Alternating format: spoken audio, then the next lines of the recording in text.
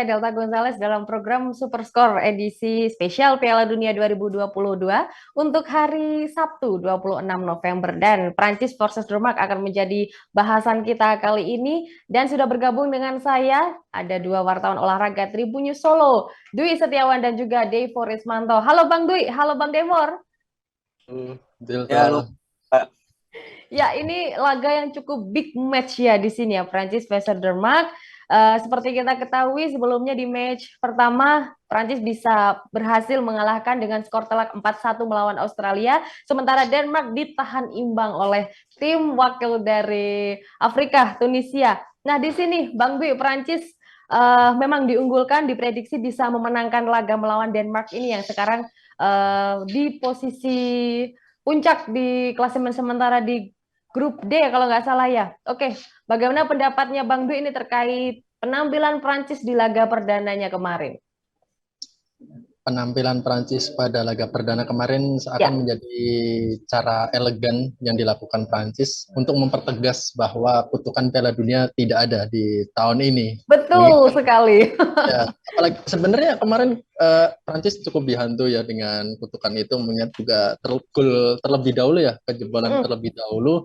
Terus salah satu pemainnya juga Lucas Hernandez juga menderita cedera pada menit 13 ACL, sehingga barangkali fans Prancis was-was ini, wah apakah ini ya. menjadi sebuah kekalahan ataupun hasil negatif pada laga perdana. Tapi akhirnya mentalitas yang akhirnya berbicara, di mana Prancis bisa membalikan skor dan bahkan bisa mencetak 4 gol melawan Australia pada laga pembuka, dan itu menjadi sebuah pemertegas bahwa Prancis sudah siap untuk mempertahankan gelar juara Piala Dunia kali ini.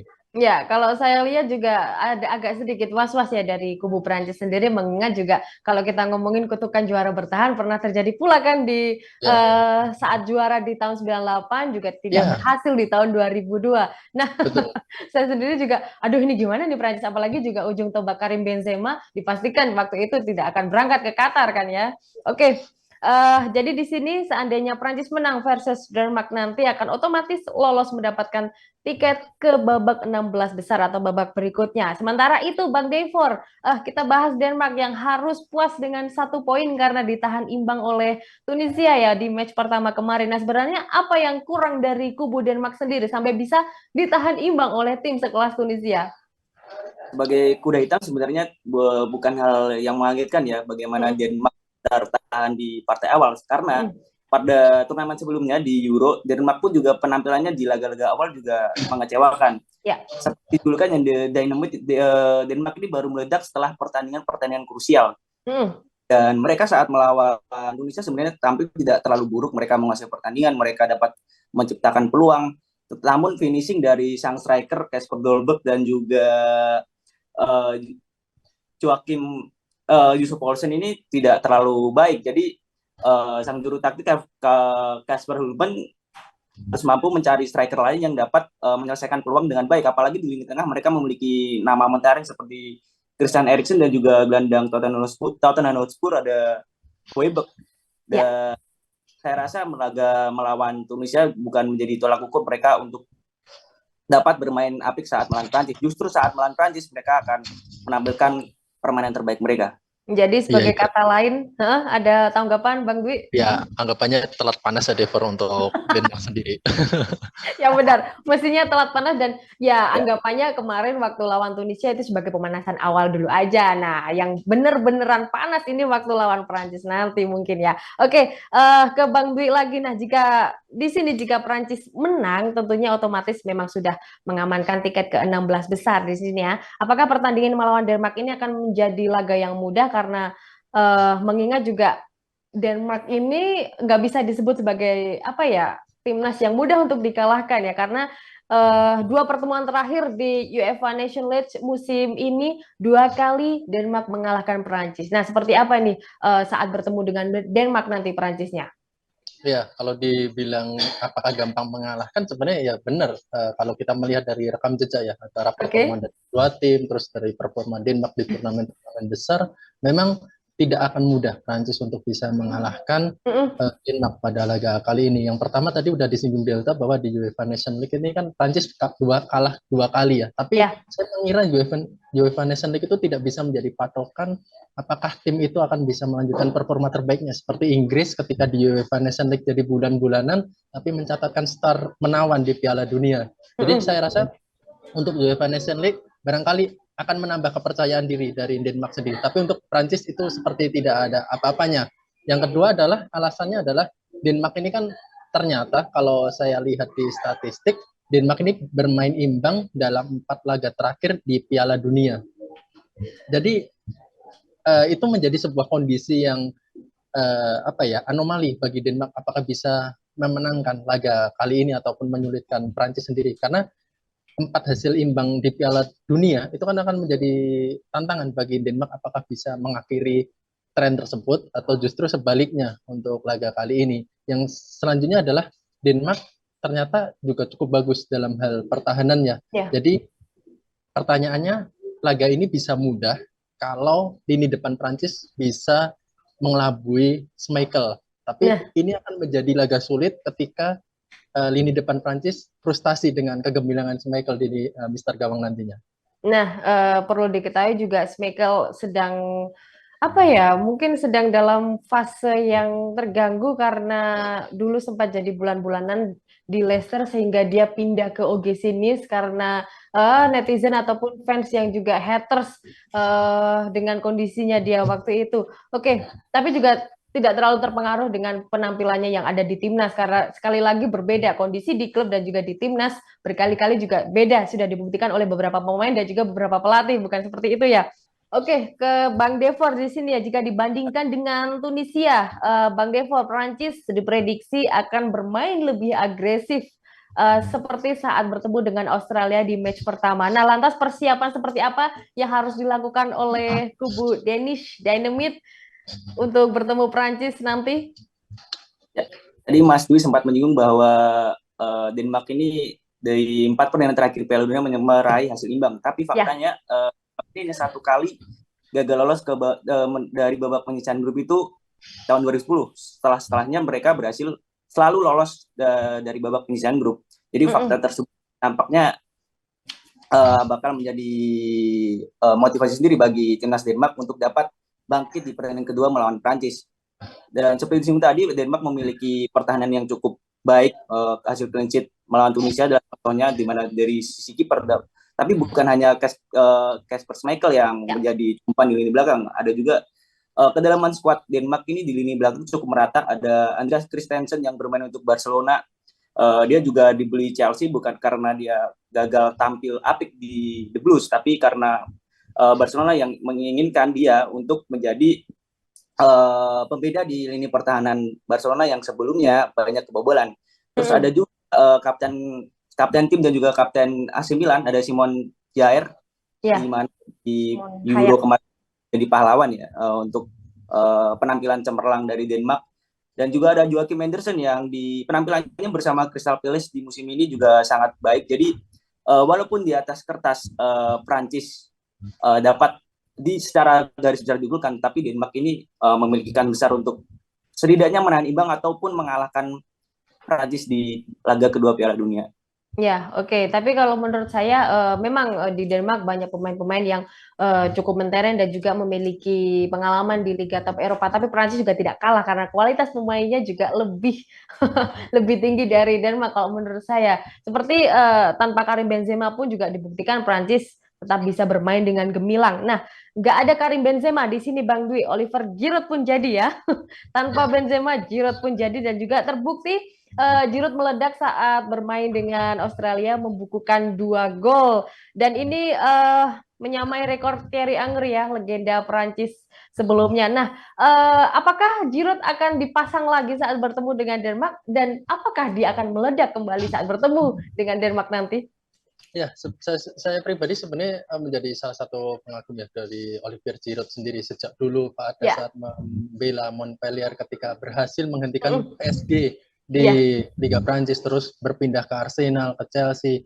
dan saat ini menjadi andalan di lini depan AC Milan dengan umurnya yang sudah berkepala 3 pada saat ini gitu. Karena yang saya kagumi dari Giroud ini adalah bagaimana dia menjaga profesionalismenya gitu. Kalau berbicara Giroud, itu dia tak peduli berapa menit bermain yang akan dia diberikan pelatih kepadanya. Tapi yang penting adalah dia memberikan kontribusi terbaiknya bagi tim. Jadi di UEFA Nations League kemarin kan cuma berapa main ya, cuma 40 menit atau tidak dari satu laga, tapi bisa memberikan kontribusi apik, bisa menjadi juara UEFA Nations League ya. Dan pada momen Piala Dunia ini menjadi pembuktian untuk Giroud bisa menjawab kepercayaan dari Didier Deschamps bahwa dia masih layak menjadi pemain penyerang terbaik. Dan kesempatan untuk melewati rekor Thierry Henry tentu akan menjadi motivasi tersendiri bagi Giroud ya, untuk membuktikan bahwa ia bisa mencetak rekor sebagai top skor sepanjang masa timnas Prancis pada laga kali ini. Ya, 1 gol bisa lah untuk Giroud pada laga kali ini. Ya, boleh 1 gol juga boleh karena akan menambah jumlah yang ada di buku golnya. Oke, itu dia kalau saya ngomongin Oliver Giroud di sini di timnas dia bisa menggantikan Benzema. Sama halnya juga saat di AC Milan dulu ketika Divock Origi dan juga Ibrahimovic cedera, dia pula yang menjadi sosok pengganti 2 orang ini ya. Luar biasa untuk Giroud. Spesialis pengganti seperti itu kan ya. Oke, itu dari kubu Prancis. Nah, memang Bang Gevor, Prancis diunggulkan di sini dan juga lebih superior. Nah, siapa pemain Denmark yang perlu diwaspadai oleh Prancis? Karena juga Denmark ini terkenal dengan tim yang pertahanannya terbaik selama kualifikasi Piala Dunia berlangsung. Tadi lini pertahanan sudah disinggung, ada 3 pemain yang bermain di tim-tim Eropa, dan lini tengah jelas ada Christian Eriksen yang musim ini ya dengan Manchester United, tapi di lini depan ada juga senjata rahasia dari Denmark yaitu Kasper Dolberg. Walaupun di tim ini penampilannya bersama Sevilla masih angin-anginan, tetapi di timnas dia berhasil menunjukkan ketajamannya. Contohnya adalah di Euro yang lalu dia berhasil mencetak 3 gol dan mengantar Denmark ini lolos hingga semifinal. Ya, dan saya pikir pemain berusia 24 tahun ini bakal menjadi ancaman serius bagi pertahanan timnas Prancis yang sebenarnya tidak terlalu bagus-bagus amat. Timnas Prancis ini walaupun meraih kemenangan mentereng melawan Australia, tapi secara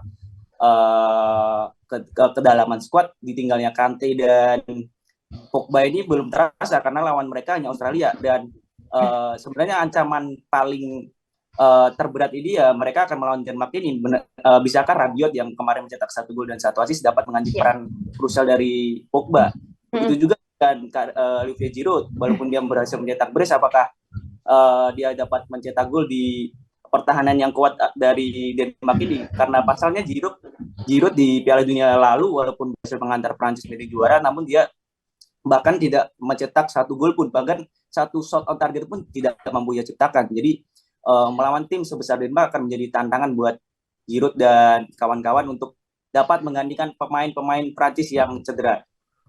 Ya, oke. Dan Christian Eriksen tetap menjadi ujung tombak di permainan untuk kubu Denmark, dan kita berharap semoga tidak ada insiden apapun, karena kalau kita ngomongin Christian Eriksen kita masih ingat banget, masih lekat di ingatan kita apa yang terjadi dengan dirinya saat bermain di Euro 2020 kemarin ya.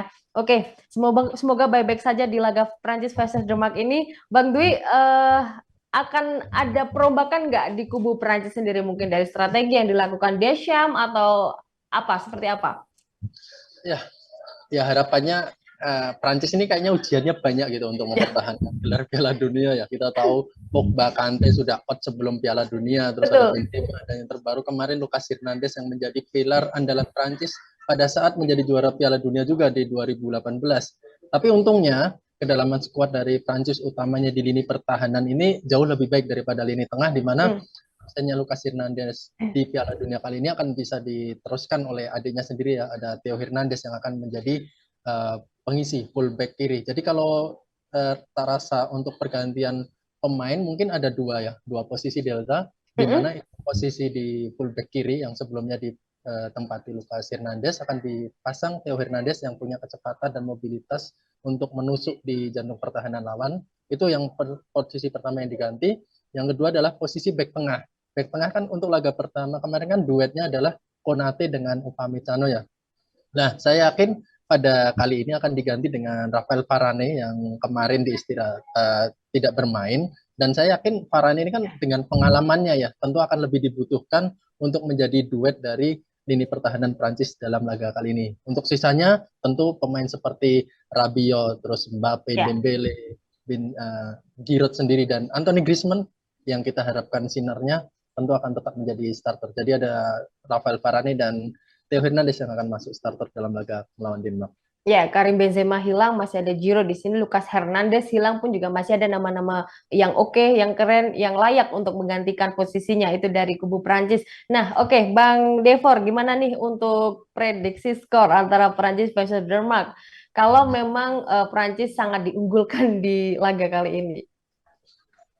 Tentu Denmark akan bermain totalitas ya, apalagi mereka di pertemuan terakhir mereka dapat mengalahkan dua kali Prancis di UEFA Nations League. Prediksi skor saya Denmark dapat unggul dengan skor tipis 2-1 di laga. Ya, 2-1 yang penting terjadi gol, jangan sampai gol kacamata lagi ya. Oke, Bang Dwi, seperti apa prediksi skornya? Ya, kalau berkaca dari rekor pertemuan memang Prancis kurang berpihak untuk menang, tapi karena ini ajangnya adalah Piala Dunia di mana dia statusnya juara bertahan ditambah kepercayaan dirinya meningkat setelah menang perdana dan Mbappe, Giroud baru on fire, saya yakin Prancis bisa menang tipis 1-0 karena ketangguhan Schmeichel ya itu akan menjadi pembeda dalam laga kali ini. Tapi tetap Prancis bisa menang 1-0. Nah, oke, jika Prancis menang dan lolos ke 16 besar, kutukan juara bertahan tidak akan berlanjut dan semoga juga tidak berlanjut di Piala Dunia ke depannya. Thank you banget untuk Bang Devor dan juga Bang Dwi untuk ulasannya Prancis versus Denmark kali ini ya. Ya, sampai jumpa di ulasan berikutnya Bang Dwi dan juga Bang Devor. Tribuners, jangan lewatkan program Super Score edisi spesial Piala Dunia 2022. Kami tayang di YouTube Tribunnews dan juga Facebook Tribunnews setiap hari selama Piala Dunia, tepat 1 jam jelang pertandingan dimulai. Saya Delta Gonzales, pamit undur diri. Sampai jumpa.